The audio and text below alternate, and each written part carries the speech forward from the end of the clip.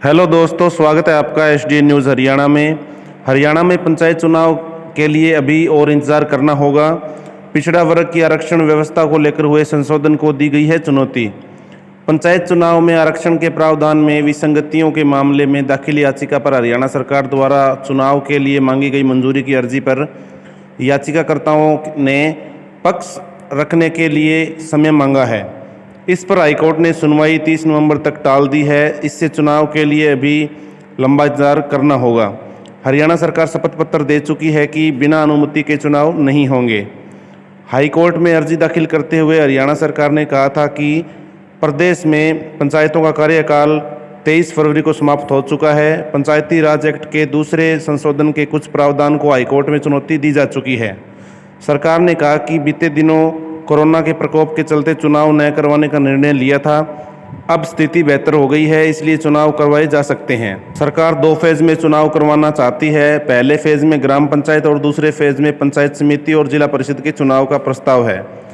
सरकार ने कहा कि पहले उनकी ओर से कोर्ट में कहा गया था कि निकट भविष्य में सरकार चुनाव नहीं करवाएगी। ऐसे में अब चुनाव करवाने के लिए न्यायालय की अनुमति आवश्यक है।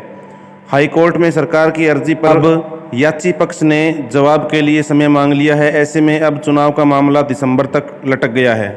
चलिए आपको बताते हैं कि इसमें पूरा मामला क्या है।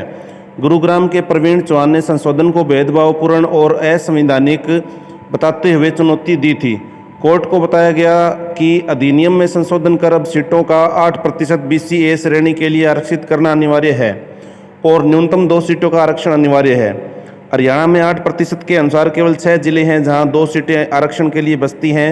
18 जिलों में केवल 1 सीट आरक्षित की जानी है, जबकि सरकार नए प्रावधानों के अनुसार न्यूनतम 2 सीटें अनिवार्य है।